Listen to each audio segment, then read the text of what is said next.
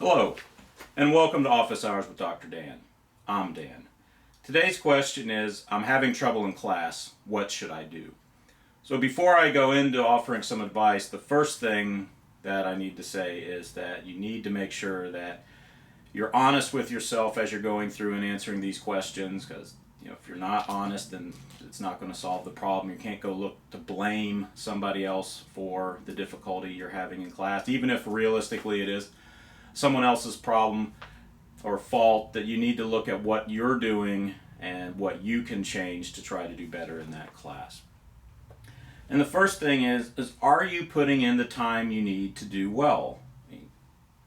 There are ways that you can work more efficiently, but sometimes it's just putting in the time and doing the repetitive calculations or the reading or whatever you need to do to get through class. So you can't just come in and think, oh, well, I'll just show up to class and make an attempt at the homework and I should do well. No, some classes you may be able to get away with doing that.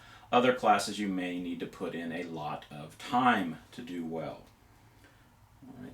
So one thing is, don't become overly involved in extracurricular activities. Now, this is advice I've given before in other videos, but it's because it's true. You need to watch your time. You only have so much of that, and if you're putting time in to other activities that's taking away from the time you really need to be studying, then those are activities that you can cut back on to put more time into studying. It's not going to be fun, but that's something that you may have to do for a particular class.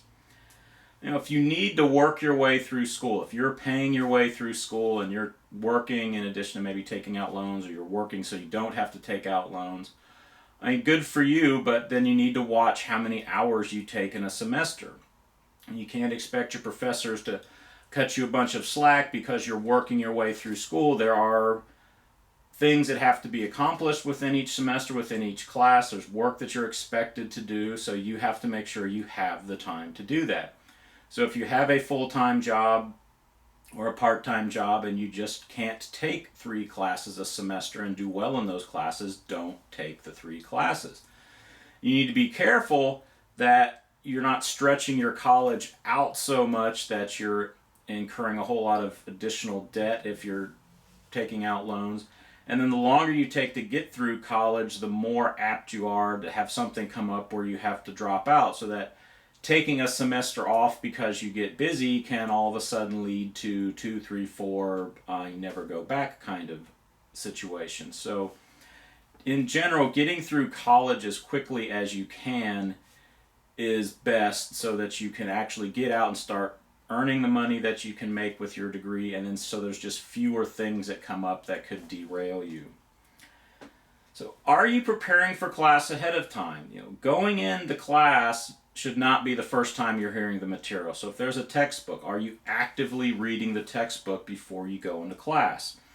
And actively reading means you're trying to understand the material, you're working to understand the material as you're reading. You're not just trying to get through it as quick as you can so that you can move on to something else. You say, oh, I read 100 pages in the textbook last night. Well, did you understand any of what you read? Did you remember any of what you said or read? Did you retain that? Because if all you did was read through it and then you look back and it's like, I don't remember anything about what I just read, well, then you've just wasted your time. So actively reading means going through and learning the material, asking yourself questions, getting the answers. If you're someone who likes to study with music in the background or TV going in the background or something going on, and that's worked for you in the past, but now you're having trouble in a class or two, you may want to try for those classes that you're not doing well in to change up your routine. Go study someplace that's more quiet or more conducive to studying, where there's fewer distractions. So if your normal habits aren't working for this class, then go change those habits and see if that helps. If you're in a class that has example problems in the textbook, work those problems before you go into class, before that material is lectured on.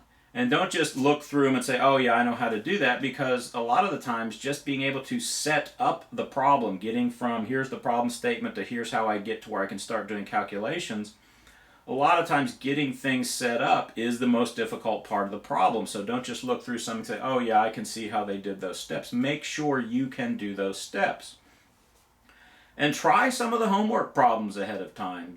Again, before you hear the lecture in class, that way it's like, okay, I'm working through these problems, I'm getting that, because most textbooks will have answers to some of the problems in the back of the book so that you can see, okay, I'm doing this, I'm getting this right, and then move on. Or you know where you're having problems so you can focus your questions, ask specific questions during a lecture or office hours when you meet with the TA.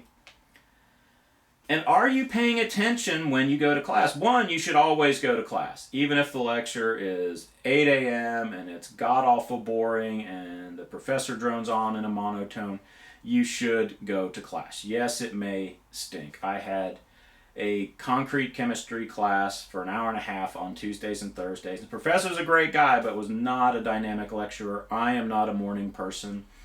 But it was important to go to class to get the information, because especially for graduate classes, while there may be some kind of textbook, a lot of the information is going to be what the professor is providing. So it's important to go to class. And when you're there, pay attention. So I found that the majority of my top students really tended to sit in the front third of the classroom. I mean, because in small classes, you know who your top students are, the students who are doing well, and they tended to sit in the front third. Me personally, I was always a sit in the back of the room kind of person. That's where I could concentrate best. So if you're a sit in the back of the room kind of person, that's where you concentrate best. That's fine, but make sure you're actually paying attention. Turn off your electronics. There's no reason to try to text or surf the internet in class, because why are you there if you're not going to pay attention? I realized that students now have a whole lot more distractions than what we had when I went through school. We didn't have cell phones, we didn't have the internet as it exists today. So I realize you've got things other than class that are a lot more exciting to do, but going to class and paying attention while you're in class is extremely important to doing well in that class. Are you doing your own homework? As I've talked about in other videos, yes, there are plenty of resources available that really shouldn't be available, as far as things the publisher provided solutions manuals out there that shouldn't be out there available to students. They are, or you're getting help from other people. So if you're not doing your own homework in the class, you shouldn't expect to do well in the class. Homework is working your skills, getting practice doing the problems, so you need to do your own homework.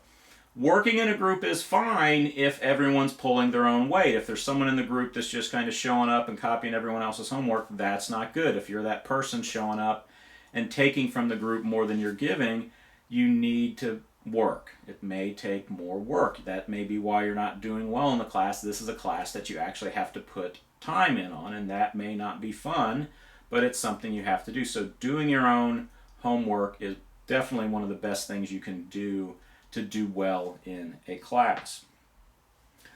Is there tutoring available? I mean, does your professor have extra classes, recitation or something, where it's just going and working problems? Do the TAs have recitations? Do either of them have office hours, your professors or TAs, where you can go and ask questions and say, hey, I started this problem, here's where I can't get past this step. So that's the correct way of going to office hours, with a specific problem, showing that you've tried to do the problem, you got to a certain point, and now you need help getting past that point. Just showing up and saying, I don't understand any of this, is not going to help you. It's not going to make it easy for your professor or the TA to try to explain things. So make sure when you go to anyone for help, whether it's your TA, your professor, a learning center, some tutors, you can show them, here's where I can get to, but then after here is where I have the problems.